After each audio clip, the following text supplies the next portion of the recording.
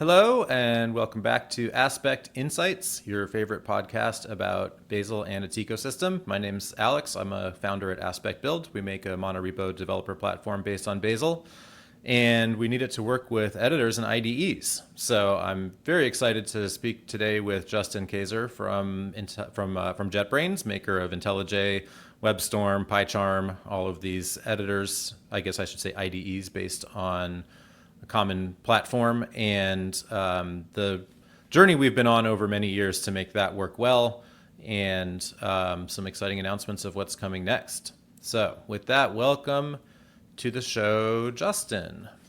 Hello, happy to be here. Thank you so much for coming and chatting with everyone. How are you doing today? Relatively wonderful, as I say. That's a great tagline. I love that one.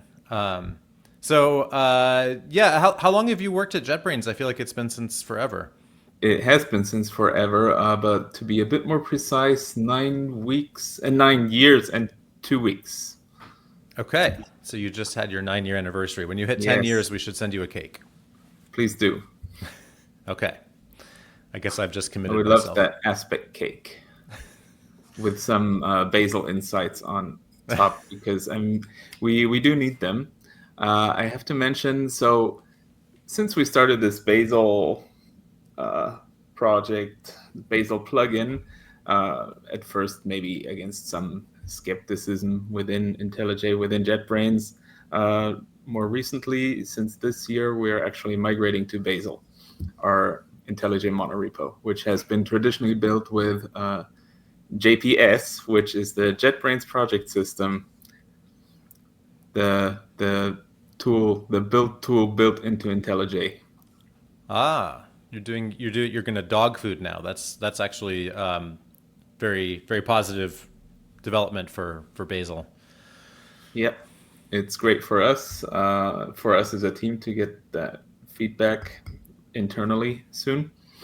Yeah, how far through the migration are you now? Is it just committed, or have you started? It builds on CI, but the developers aren't using it yet. Okay. Well, they're going to want some incredibly effective IDE support for Bazel. So, yeah, we're working on it. It's a bit, how shall I put it, intimidating, because then soon 2,000 developers will be complaining to us. Well, yeah, developers that you actually have a shared manager with at some level, and so yeah, they can escalate and say, "Hey, make Justin and his team fix my problem." Exactly. So I was just looking back at the Bazel did a survey, user survey 2025. I'll put the link in the show notes. And the second top pain point on the last slide there is IDE integration and tooling. So I'm sure everyone knows that this is an important topic, but that should be another reason to remind you. It's right. I'm well aware. Yeah, it's right after documentation and learning curve. Yeah, so the way our team started was actually I was switching to the customer success engineering team, part-time at least, and we started just talking to all our largest customers and found out, well, there is a very large chunk of them who are using Bazel already or are in the process of migrating to Bazel, and none of them were all too happy with their IDE experience, and in particular in IntelliJ IDEA and CLion and GoLand and all that. So we figured, let's start a team and start working on that. Yeah. Let's chat about the history for a minute, because I've also been a diehard IntelliJ user, at least back when I was doing Java at Google for a long time. IntelliJ has been around since I started programming, I guess. I mean, like what, 2005 or 2000. something? 2000. Okay. And I guess it's our 25-year anniversary. Yeah. Okay. It's a 25-year-old IDE, and is it still the same code base essentially? Like if you go back through the Git history, you go all the way back to the initial commit, or was it rewritten from scratch at some point? I'm not sure, but the earliest commits I've actually seen are around early 2000s. Okay. So that is a big old code base. Yeah, and when I was at Google, we had the Blaze plugin that was developed, I guess, by the Blaze team internally, and it was a little understaffed. When was this? Maybe 2012 or something. And then Eclipse got popular, and there was actually a time at Google when they said you have to stop using IntelliJ. We want everybody to use Eclipse. And I said no thanks and continued to do it anyway because I was always of the opinion that I know how to I'm pretty handy with the IntelliJ project configuration dialog boxes, and I'm happy to just point it to the class path myself, and I don't need a plugin. Thank you very much. And so it can you can make it work, right? Especially if you're not changing your project very frequently.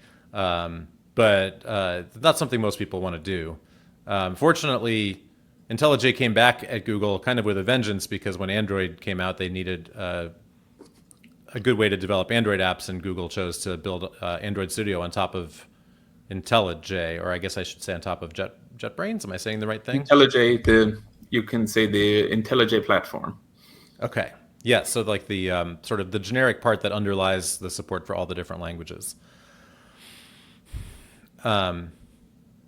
And yeah, I mean, Android Studio is interesting because it's still very actively being developed and has its own plugin. So I guess tell me like your history with that whole development. The history of the Bazel plugins, of which we have way too many right now. So yeah, when our little team started, just a few years ago, there was just the Bazel plugin for IntelliJ, the Bazel plugin for CLion, and the Bazel plugin for Android Studio.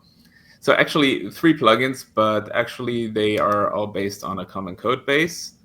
The one you find under GitHub, Bazel build, IntelliJ. And those are the 3 that JetBrains maintains, and then there's a couple more plugins at Google, right? Like those were the ones at the time that Google maintained. Only Oh, Google. okay. And then they donated to open source. Put it like that. Yes. Well, it was maintained by Google only in open source. They were taking contributions from people. However, that's where the problem started. They were not very liberal about these contributions. So basically, which contributions would be accepted and what features would be developed was based primarily on Google's internal needs. So that's why all our customers were a little bit unhappy with the situation because they had a lot of trouble upstreaming their changes to this main open source plugin.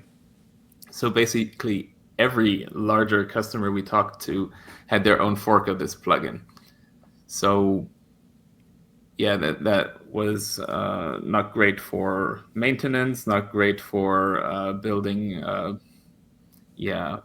common base, common platform of Bazel support in IntelliJ, basically. So, well, at first we tried to get involved by contributing, but yeah, that at the time turned out to be a little tricky. So we just kind of decided, we already had a prototype, to build our own Bazel plugin for IntelliJ, because how hard can it be, really? It turned out to be quite hard. At least it turned out to be quite hard to address the problems that the main pain points that people had with Google's plugin. That turned out to be a multi-year effort of not just writing a plugin, but changing things in the IntelliJ platform, working with developers of the underlying APIs, like the project model in IntelliJ. And well, I think just in the past half year or so, we managed to really plow through all the remaining major blockers to be able to deliver a new plugin that does what I think our customers want and need. Right. which is awesome. And so my understanding is that it's very close to you're close to the GA launch. Tell us about that. Yeah, so we're gonna announce it together with a 2025.2 release of IntelliJ IDEA, which I'm told is in about 2 weeks, but don't take that as an official announcement. It's just a rough timeline. And so since the previous release, I think we've addressed many of the major pain points around project models, and indexing performance, and many small things. I could link you the U-track and you can see for yourself how many issues have been closed. So it's about 100 in the past 3 or 4 months. And but we are announcing some major new features, at least new for our plugin, which is like the support for Go and GoLand. Previously, we were only available for IntelliJ IDEA.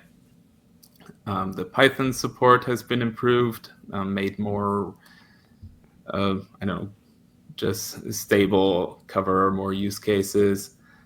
We've improved the JVM support. So actually the JVM, Java, Kotlin, Scala support has been the major focus of our development so far, because, my team belongs to IntelliJ IDEA, which is primarily JVM IDE. Yes, and of course Kotlin is a language that JetBrains developed and I think still owns. Yes, exactly. Well, I don't know about the ownership. There's some kind of cooperation foundation together with Google, but I'm not the authority on that. But yeah, we have a very large team devoted just to the development of Kotlin, the language, tooling around it, and so on. So maybe what other languages, like you mentioned CLion earlier, do you still have C++ support in this plugin, or is that a different plugin this still? plugin currently doesn't support C++. So right now we don't have any C++ support in IntelliJ IDEA. So right now it's not in our closer scope. However, the CLion team is still maintaining the fork of the older, that was originally Google's plugin for IntelliJ and CLion, but they will be maintaining it only for CLion for the time being. Okay. The general direction we want to go is to have really a single plugin that works for IntelliJ, for CLion, for all our IDEs, really. Yeah, so I was going to ask about WebStorm as another example. JavaScript and TypeScript are the most popular languages according to some metric. Yeah. So they're not the most popular languages to use with Bazel, however, at least among our customers. I've gotten some interest for JavaScript, TypeScript, also for Rust. In principle, me and our team would love to support everything. We just have to focus on the most impactful use cases in the near term. So that means right now this is JVM, Go, and Python. And these are the things that will be supported by the 25.2 release. And with them, IntelliJ IDEA, GoLand, and PyCharm. Yes. And so PHP Storm, hard to imagine that gets on the roadmap ever. Rust Rover and WebStorm could happen. Mm-hmm. CLion, when that team is ready to integrate with you.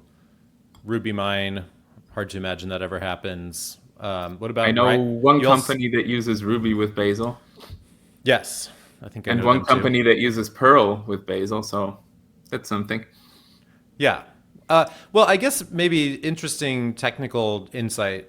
I'm certainly curious. How much of the plugin is language specific and how much is generic to the platform? Like I imagine you integrate with the project model and the project model is language agnostic, but the project models are unfortunately very language specific. We have a project model for Java that is mostly reused by Kotlin and Scala because they all integrate with Java. And actually, this Java project model has been a huge pain point that we only were able to solve very recently. Is it because it wasn't expressive enough to represent Bazel's dependency graph? That's part of the problem, and that's also not the fully solved problem yet. But yes, the main problem here was when you ask Bazel for sources that belong to a target, it will give you a list of source files. The Java plugin and the Java project model in IntelliJ only allow you to list directories to which sources are attached. And one directory of sources in Java could only also belong to exactly one IntelliJ module. So you have two problems here. Bazel can give you lists of sources that do not match all the sources within a directory. So every time you don't use a glob, that's already a problem for the Java project model. Yeah. Especially if within that directory you have multiple targets. Yeah, I mean, like a common case, I guess actually in Java, it's typically not, you typically don't put tests in the same folder with production sources, right? Because like Maven always discouraged that. Yeah. And well, I still encourage our customers to use directory level globs to define their JVM targets, because that will still give you better performance in IntelliJ. However, it's as of the next release, it will not be a requirement to have a working project model at all. Okay, yeah, that's great because glob does have a performance penalty in Bazel. And a performance benefit in IntelliJ, essentially. So, yeah, I think you wanted to talk about, well, why do we even need a Bazel plugin for IntelliJ, right? Yeah, like I think there are a lot of editors and IDEs, and certainly one thing is that if you have to, like your team had to do a bunch of effort for the IntelliJ platform, so then somebody has to go do the same effort for Visual Studio Code and Visual Studio and Atom and a bunch of other editors. Yeah, though the efforts might be in different points. So one of the main efforts, problems we have to solve basically is the sync. So we have a project model in IntelliJ.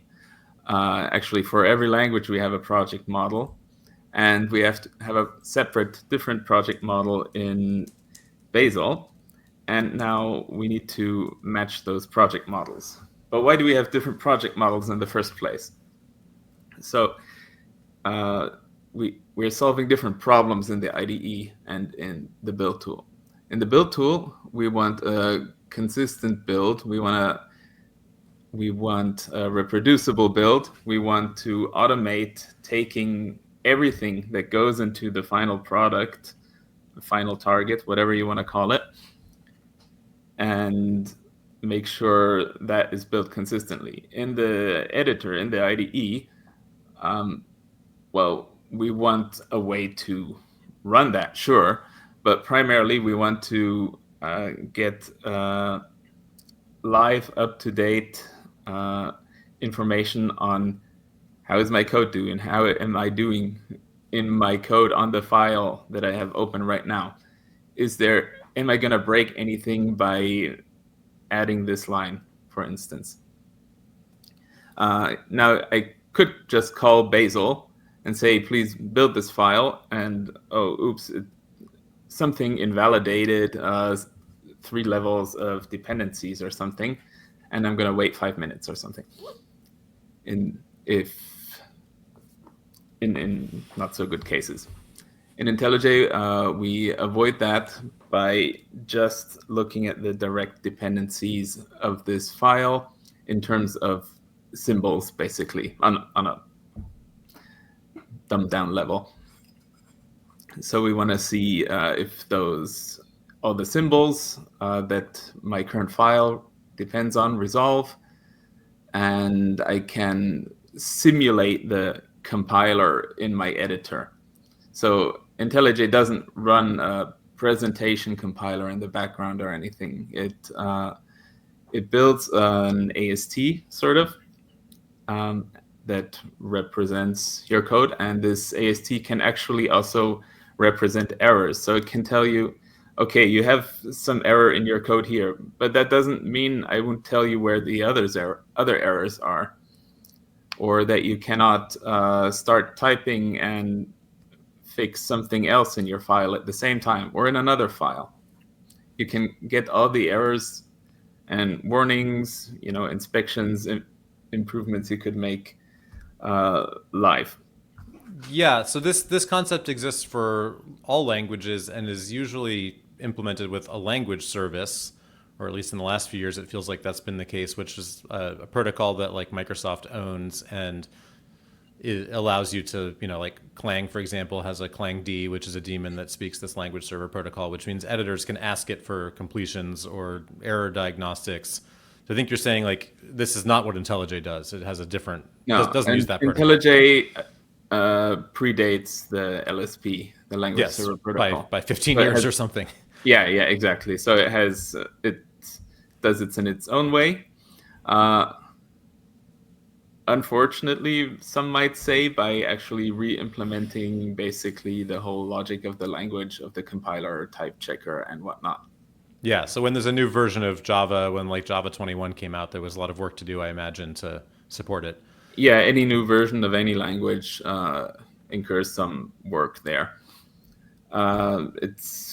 It depends on what the language does. I was involved in Scala for a long time, for the first 6 years at JetBrains, and Scala 3 was always on the horizon there. I don't know, in 2019, we convened to hack on the Scala 3 support. 2025, I think the Scala team is now finally aiming to have a complete Scala 3 support. Scala 3 is a moving target. But yeah, that's just as an aside. So yeah, there's a lot of work to do there. Unfortunately, basically all of it has to be done by JetBrains. It's not usually the case that the language authors will contribute this. Yeah. So for Scala, is there a language server protocol implementation? There is. That's actually a interesting segue. The implementation of this language server protocol for Scala is based on the build server protocol. So in the Metals Scala language server, they decided they don't want to re-implement the Scala type checker everything. Has turned out to be very hard to nearly impossible in our experience. So instead, they just ask the build tool to run an incremental build and give you the output, give you the list of errors and warnings, and those will just be pushed to the editor via LSP. So there's a two-stage architecture there. And this build server protocol could, in principle, be implemented by any build tool. Initially, it was in Scala implemented by Bloop, which was a kind of wrapper for build tools that would just optimize the incremental compilation part, so you can get sub-second feedback time on the current files or targets that you're building.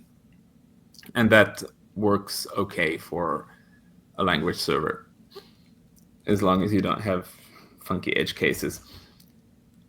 Now, I was involved in the design and implementation of this build server protocol, also in IntelliJ, in the Scala plugin at the time.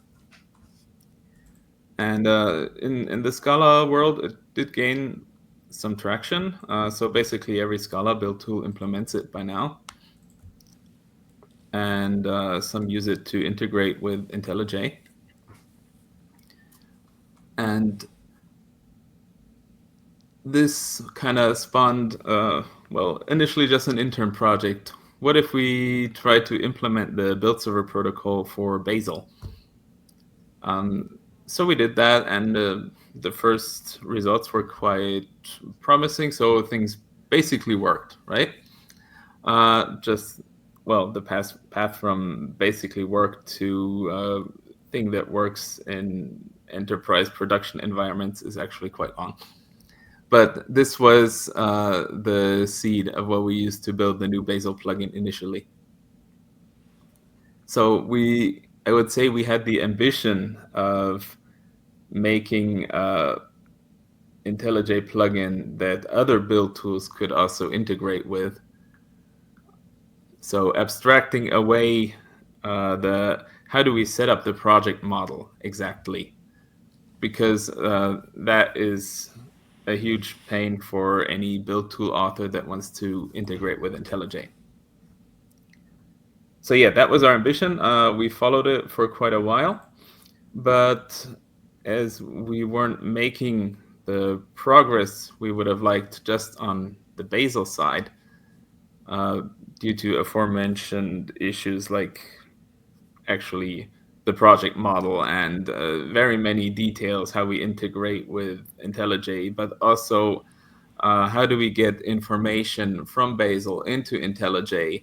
And like the more details we add, the more troublesome it gets to figure out how exactly do we model this in a build tool agnostic way. So we basically just decided, okay, let's rip this out and just support Bazel and try to support Bazel really well. At the time the build server protocol was created, we kind of had the issue that everybody in Scala was creating a new build tool every half year or so, and it was basically impossible to keep up with that on IntelliJ side. Realistically, one person can barely support one build tool. That was me. I was supporting SBT mostly, and not as nicely as I would have liked. Yeah. So, but now the situation is a bit different. There's more, I would say, consolidation on bigger tools like Bazel. And so, yeah, we want to focus on Bazel. Maybe we'll figure out how to abstract some of this later on, but we'll do that when we need it. Great. Okay. Well, first of all, since we're live streaming and we have a few minutes left, if anyone listening in on and signed in with YouTube or LinkedIn, please send us some questions if you have them. Would love to take live questions and keep it interactive. I was just showing, if you're on video, the build server protocol. There's a website for it you can look at. I also, like you mentioned that it was kind of a workaround because the Scala compiler is slow, but you want to get sub-second interactive feedback in the editor. And so like making a compiler do that is like a different task from making a compiler do like one-off builds on the command line. There's a great talk that Anders Heilsberg did, who's the author of TypeScript and C# and Turbo Pascal, I think. One of the preeminent compiler designers of our time. I'll put that in the show notes too. He did sort of a lunch talk with Seth Juarez and like went into the details of how you build such a thing, which as a compiler geek myself, I found really interesting. And yeah, like some compilers have that. I think LLVM is another example, and it's part of why CLangD is possible, is that it like the compiler's built with that sort of query model in mind, and not only with like, produce the final executable or the object file or whatever it is the compiler outputs. So yeah, I mean, I see why it was the build server protocol sounds appealing, and I'm glad that you decided to cut scope so that you could get something out that works for Bazel for sure. Yeah. One other link that I'll put in the show notes. We decided not to try to do a live demo right here in the, but you can go watch a demo. This is from your coworker at JetBrains, and I think he's showing the current version of the plugin. Is that Yes, right? a very recent version. Okay, so yeah, if you want to see how this actually looks in practice, like this is a great sort of getting started with Bazel plus Java video, and it includes bringing in third-party dependencies from the Maven ecosystem and then getting them to show up without the red squigglies and have completion and things like that working in the IDE, right? Yeah, I also recently did a similar talk at a conference. So I think now with our plugin, it's fairly easy to get started on simple projects with Bazel. So we'll still need a bit more material for onboarding people, but it's not a huge pain to just start a JVM project, add in some Python, add in some shell scripts, wire it all up in a single build tool. So I think Bazel will be ready for the desktop, for the casual user quite soon. That's awesome. Yeah, I mean, I'll make a plug also for like we have an init command that gives you like a workspace that's ready to go with a bunch of important features like having the tools directory and like the initial requirements file setup if you're doing Python. Like there's some steps to go through, even just for Java to set up rules JVM external and get the Maven compilation set up. Yeah, I mean, maybe we can do an extended demo of this sometime later. I should also point out while we're looking at some links, you've got a bunch of posts on the JetBrains blog that I follow, and you mentioned you're working on another one right now. Probably anybody interested in this should go. Is there like a particular post that you think they should read, or just like should they subscribe to your future posts? They should read the post that I'm going to post in roughly 2 weeks on the new on the GA release. It's mostly about what features we added, but I think it marks a major milestone for us. So this is the point where I expect most people will be able to roll this out in their larger companies. It's already been rolled out over a fairly large code base with like 6,000 developers at one of our customers, and works smoothly enough, I would say. Okay, it's got some miles on it. It's no longer yeah, bleeding edge. exactly. Cool. All right. Well, we did get a couple questions. Thanks those who are listening. So from Sergey, going to be released anytime soon. You mentioned maybe in a couple weeks, but definitely with 2025.2 is the release that's targeted. Yes, 2-3 weeks, something like this. And then the other part was, is it going to remain open source? I expect most of it's going to remain open source. The core, definitely. We may or may not add things that are not open source, or certain features may be not open source. So do you have like an internal repo that you sync to GitHub and it has a superset of the files? Yeah, so it's actually part of the IntelliJ monorepo. And right now it gets synced completely to the Hirschgarten repo. I guess you can add that to the notes. Yeah. And you can also contribute directly to the Hirschgarten repo. Great. So yeah, you do accept contributions. I'm just curious, which tool do you use to sync the changes between the monorepo and the GitHub? I think it's some custom tool. Okay, interesting. I didn't set it up. Yeah, and so yes, you're accepting contributions. Have you had contributors on that repo yet? I guess I can go click on Insights and see who's contributed. Quite a few people. Cool. Yeah, I'm waiting for GitHub to crunch the latest data just for me. Yes, just for you. Hang tight, it says. You will also find many contributors from Google in there, because we merged part of we call it the OG, originally Google's Bazel plugin, into this one. Yeah, so the answer is, I guess I should really look just in the recent history, because this Hirschgarten repo has commits going back to 2015. Yeah, the actual start of the project was maybe 2020, when we had these experimental internship projects, and we only really started going in 23, really. Yeah. So yeah, I mean, it looks like you've got a couple dozen contributors on there, which is great. So from Malte, very related question. So like, obviously, it's easy for me to send you a PR to that repo to fix a spelling mistake. But what if I wanted to like, add TypeScript support? Let's say, like if you wanted to add a new language ecosystem, could people outside JetBrains manage to do that and upstream it, or do you think that's something only JetBrains could do? I think people outside could do it with some help from us. So it's complicated. So if you say, I just want some basic support that will work on my project, that will be something that an intern can deliver in a few weeks to months. If you want something that works on an enterprise scale project, this will be at least 3, 6, 12 months. So if somebody did want to add support for another language,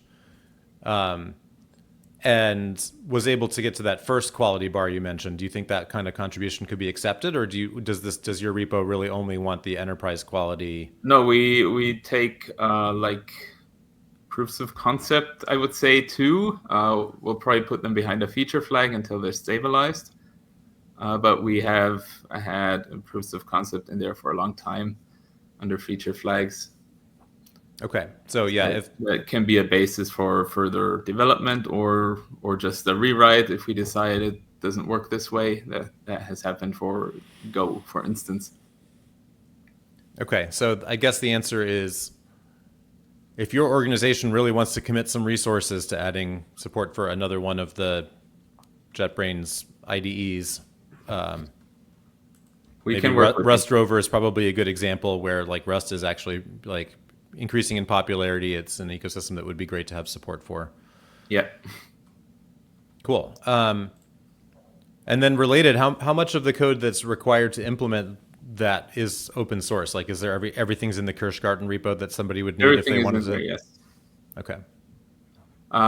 What might be a bit tricky if you're targeting a closed source IDE like CLion, Rust Rover, I think, then it will be hard to find the APIs you need to integrate with. Sure. So you'll need some help from somebody at JetBrains if you want to do these things. Some of them, yes. Yeah.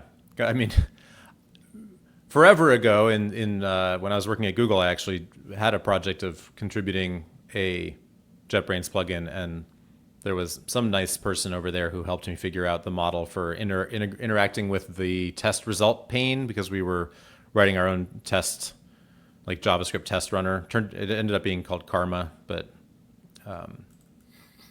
I appreciated having that help to see some of the internal APIs for sure.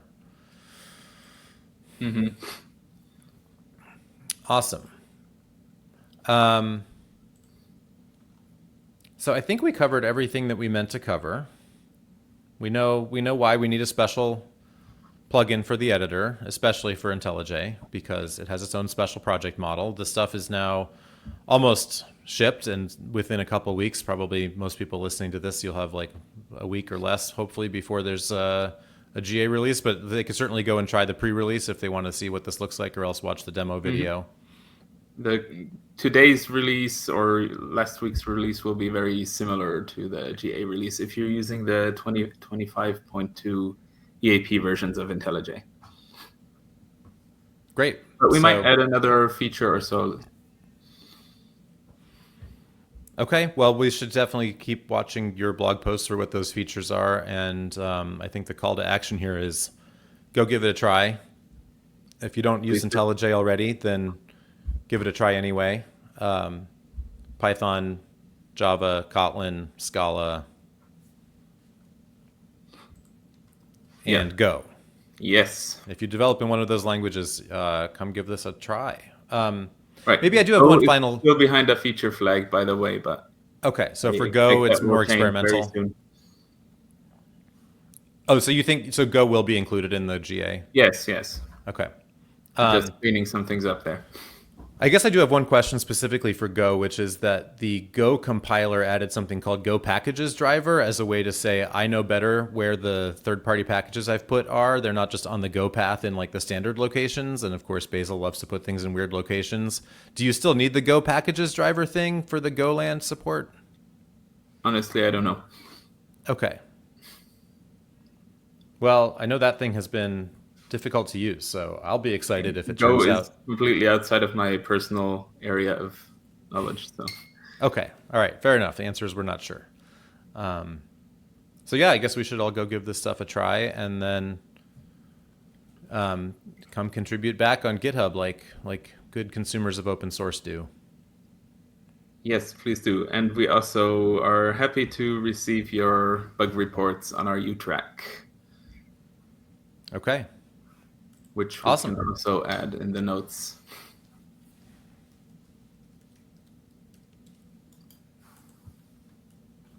Yep, that sounds great. So yeah, I'll make sure we include all those links on there. And thanks for coming to tell us all about your work. And really excited after a few years of what turned out to be a difficult project of let's just make a new plugin. It's time to launch. Yes. So congratulations. Thanks for having me, and thank you. Okay. See you all next time.